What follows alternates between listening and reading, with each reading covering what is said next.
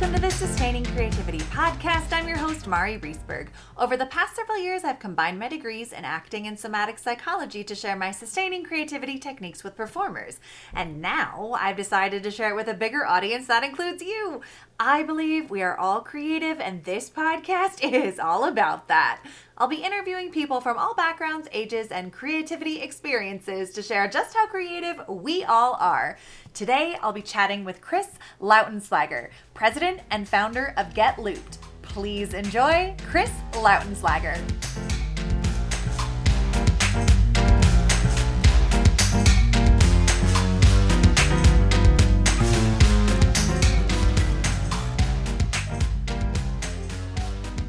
Welcome to the Sustaining Creativity Podcast. Today, I'm here with Chris Lautenslager, president and founder of Get Looped. Welcome to the show. Thank you, Mara. It's a pleasure to be here. Well, I am super excited to chat with you about creativity, but before we dive into that, why don't you let our listeners know a little bit more about who you are and what you do? Sure. So I'm the president and founder of Get Looped LLC, and you can find me at www.get-loop.com. Quick plug right there. But I'm not really selling anything. You can come and ask me questions. I'm happy to help. I'm actually here to help others, and that's what Get Loop's all about. You see, Mari, my background is that throughout my full journey of life, and I'm a little bit older than you. We won't go how far, but I did just have a birthday a couple days ago. I've followed the traditional path. You know, I did all the right things. I got my college education. I got my MBA. I went to work for the finest firms on Wall Street. I did all those great things and followed the path that I was supposed to do and was miserable. I know, it's such a tried and true story. I call it common. It's just so damn common. And it wasn't until I was forced, as most of us end up being, to look at alternatives that's when I had to sort of learn new things, take new risks, and find new experiences that ultimately led me to where I am today, so much happier, so much more fulfilled, and using that experience to help others. So a lot of what I'm doing in helping others is helping others that are experiencing crisis from addiction and substance abuse. I've been down that path, and a lot of people that are going through the creativity process are often sometimes running away from things and find that they're hitting old behavior patterns, old habits, and they're holding them back. And how do you get through that? And I help people get through those types of things.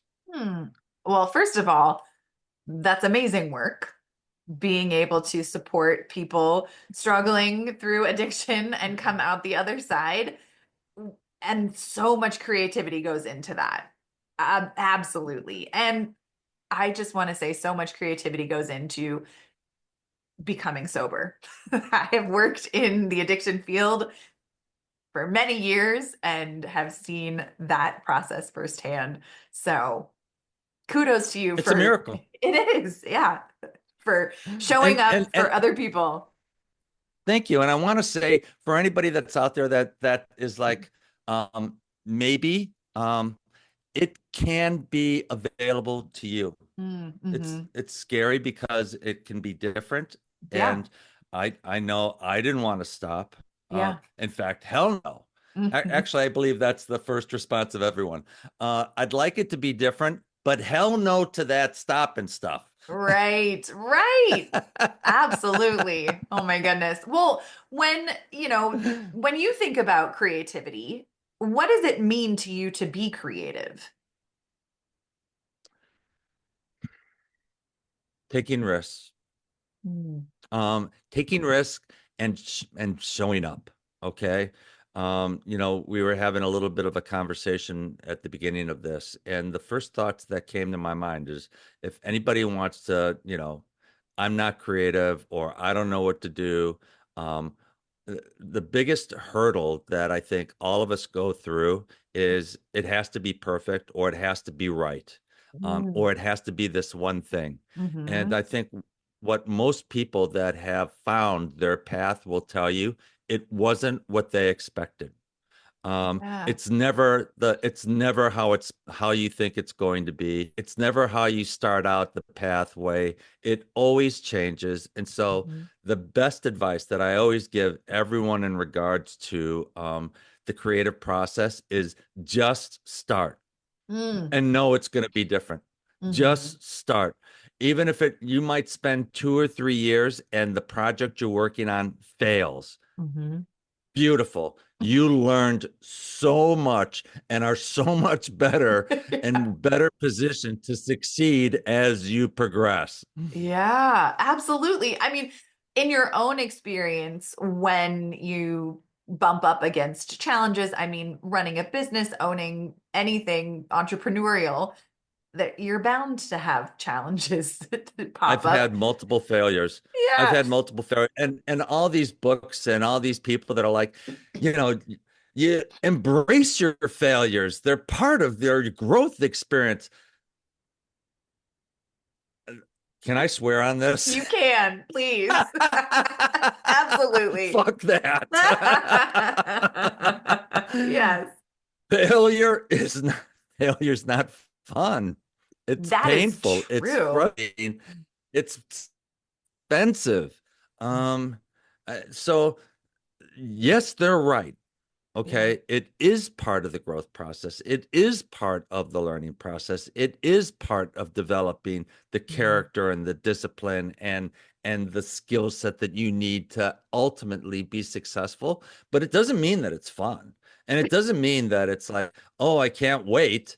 Yeah. It's just it's it's like a baby walking. Would you tell a baby don't walk because you're going to fall down? No. No. You tell a baby stay away from that table. You're going to hit your head. And keep walking, keep You know, trying to walk. and Yeah. keep walking and keep walking. You can Yeah. do it. You can do it. You can do it until eventually, you go from a couple of steps to stumbling to actually being able to go back to back, and then you're running and writing. And this is the Hmm. progress that creativity is also part of. It's Yeah. just the nature of it. You have to get started. And I'm Hmm. telling you, whenever,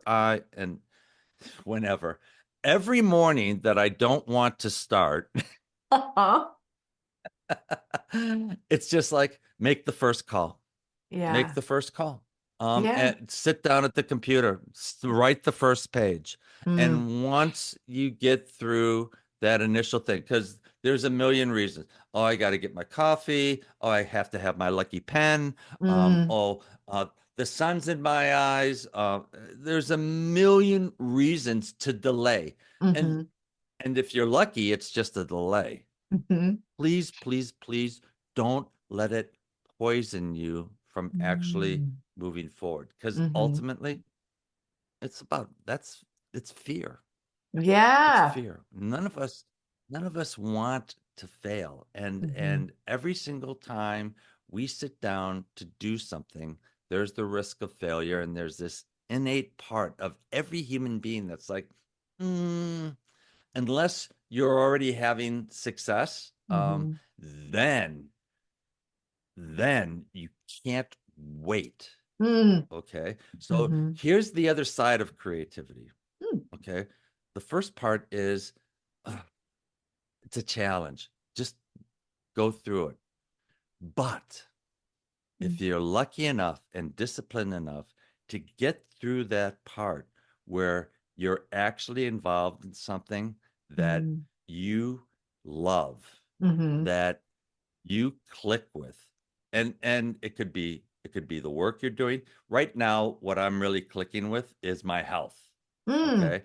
I'm like in, call it month 9 of this workout program, Hmm. and between the eating and the physical activity and the coaching, it's like just really ramping up right now. And I'm Mm. seeing results and I feel the results and people are like complimenting me. And it's like I wake up in the morning and I'm like, let's go to the gym. This is gonna be fucking fantastic. I can't wait to get my pump on.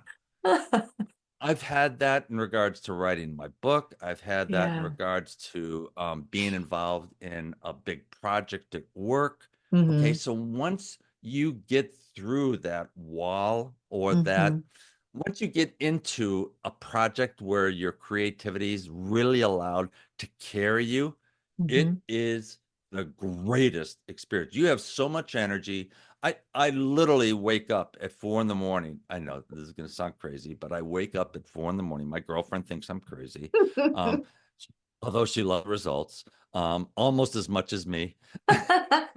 I'm more vain than her. That's okay. You put in all the work. Why not appreciate it?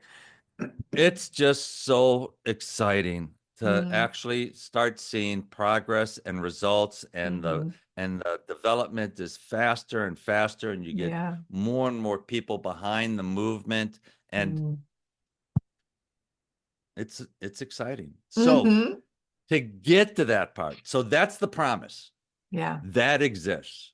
Okay. Mm-hmm. That exists. I promise you that exists. And people that have had success will tell you that, yes, it's a lot of work. And yes, there's fallbacks. But when you're in that flow and things are rocking, there's nothing better. Mm-hmm. Um, but they'll also tell you you're going to fail and it's going to suck. And it does. So Mm-hmm.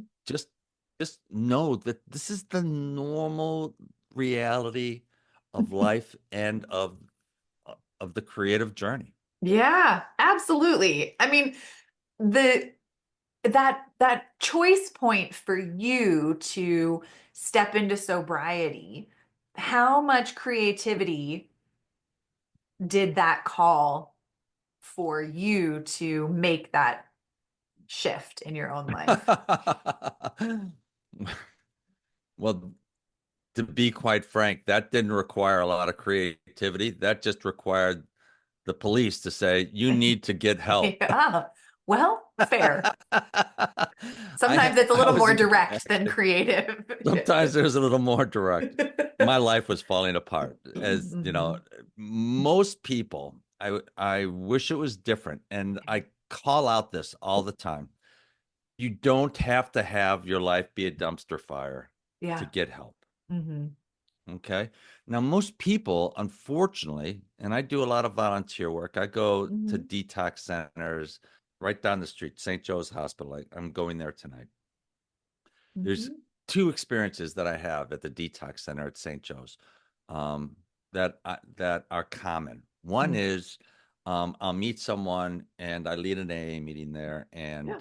and they'll come out and I'll be in a meeting in town somewhere 2 or 3 years later, and this person, this bright-eyed, happy person will tap me on the shoulder and say, "Hey, that meeting that we did at St. Joe's that you led really was important and that helped me." Mm. And that's one of the most rewarding experiences anybody in recovery community will Hmm. share with you about how just joyous that experience is. Yeah.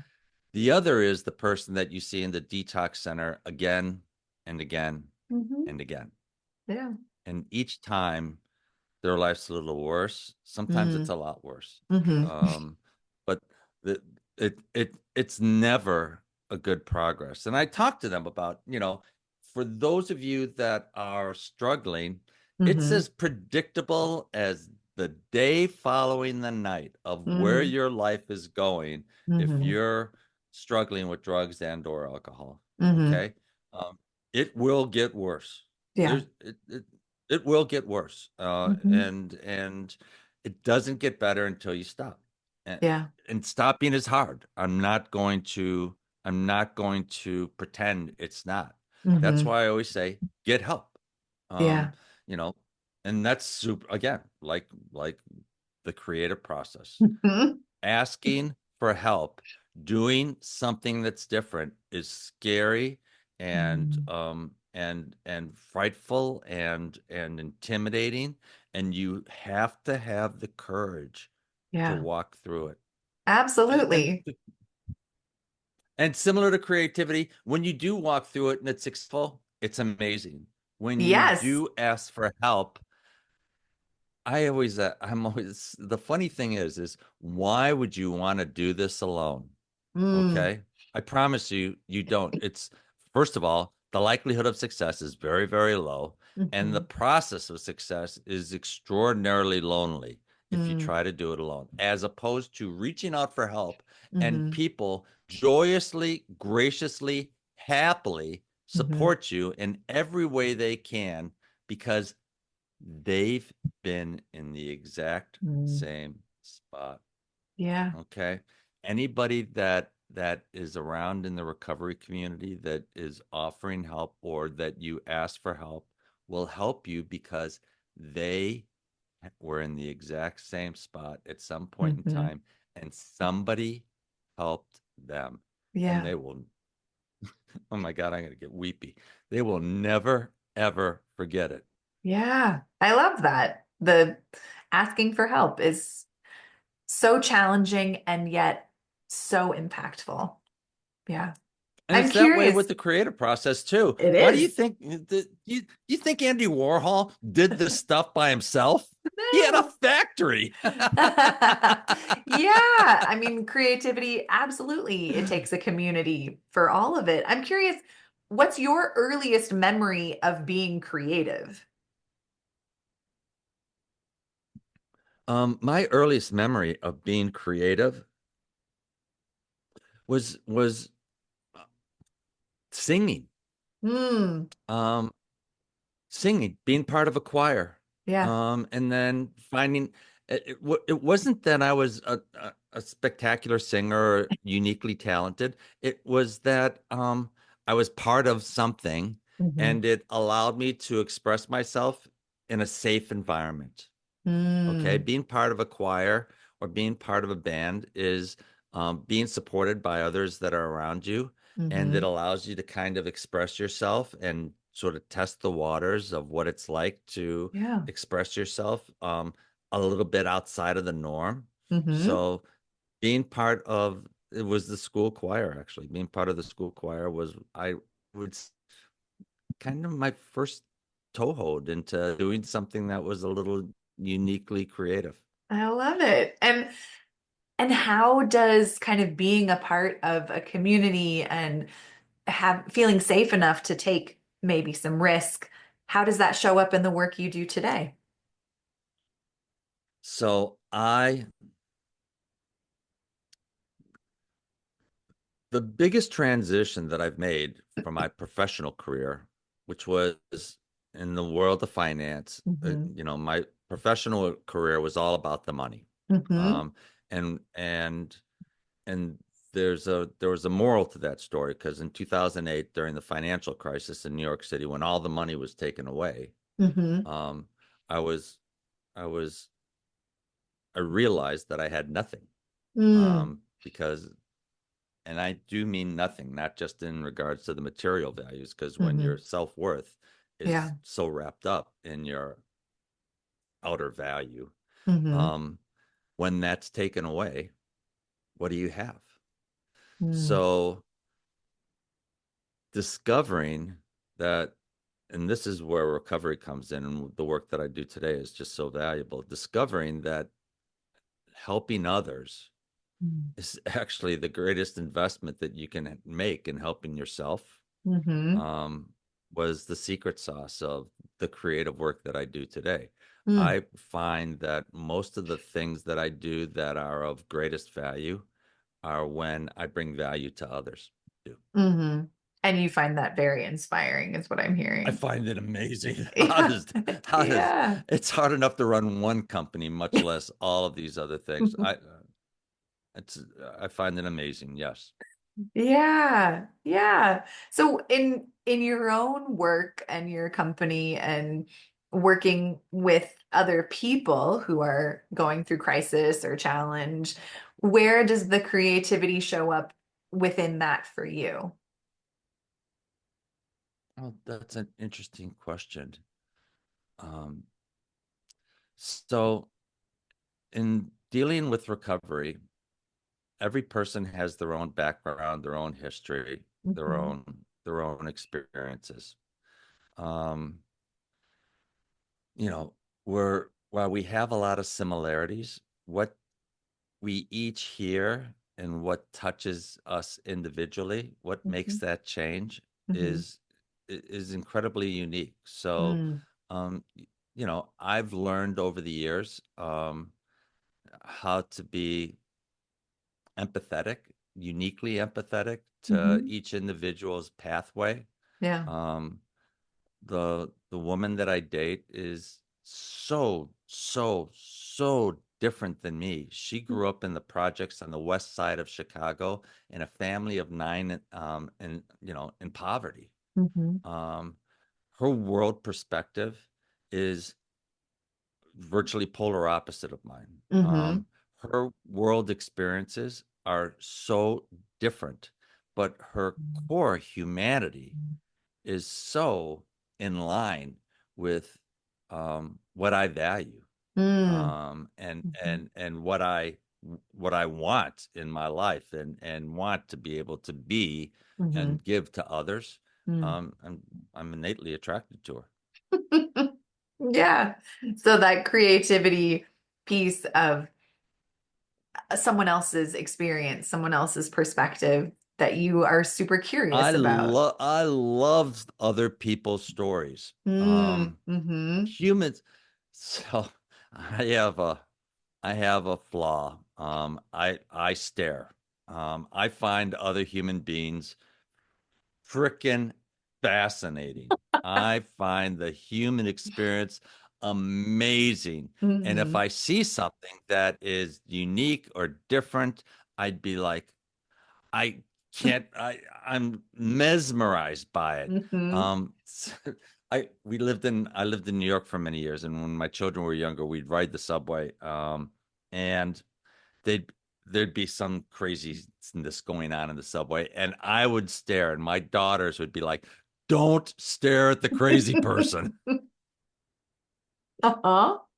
Very Which different is really experience. good advice. Which Yeah. is really good advice. Mm-hmm.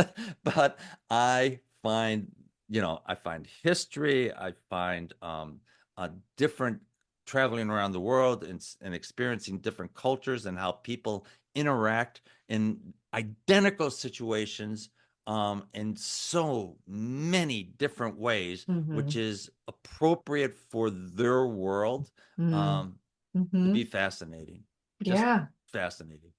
I love it. Well, this has been such a treat getting to chat with you. I have one last question. What does it Sure. feel like in your body to be creative? Oh, when I'm in the flow, it's high energy, time flies by. It's Mm. it's amazing, and I want to share. It Mm. it actually brings me closer to others, Mm-hmm. because when you're creative, people want to hear what's going on. Yeah. Um, it doesn't even matter what the idea is. It's what good friends want to share in your joy and excitement. And if Mm. they don't, find better friends. Great tip. Absolutely. Well, for listeners who want to learn more about the work you do, how could they go about doing that? You can go to my website, www.get-looped.com. That's GET hyphen LOOPED.com. You can send me a message. I'm happy to answer any questions that you have, be able to help you in any way that I can, and support you in any manner that makes sense. I love it. Well, I will put that in show notes so people have easy access. And thank you so much, Chris, for taking the time to chat with me. I've thoroughly enjoyed our conversation. It was fun. Thank you.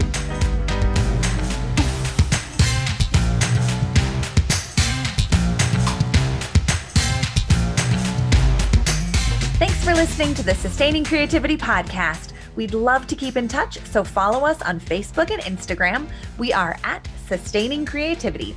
Make sure to subscribe to the podcast wherever you listen to podcasts. Tag your friends and family so they can listen too. We love to hear from you, so leave your reviews, comments, and questions. Check out our website, sustainingcreativity.com for upcoming offerings and creativity coaching. Tune in Tuesdays for our next episode. And remember, with creativity, anything's possible.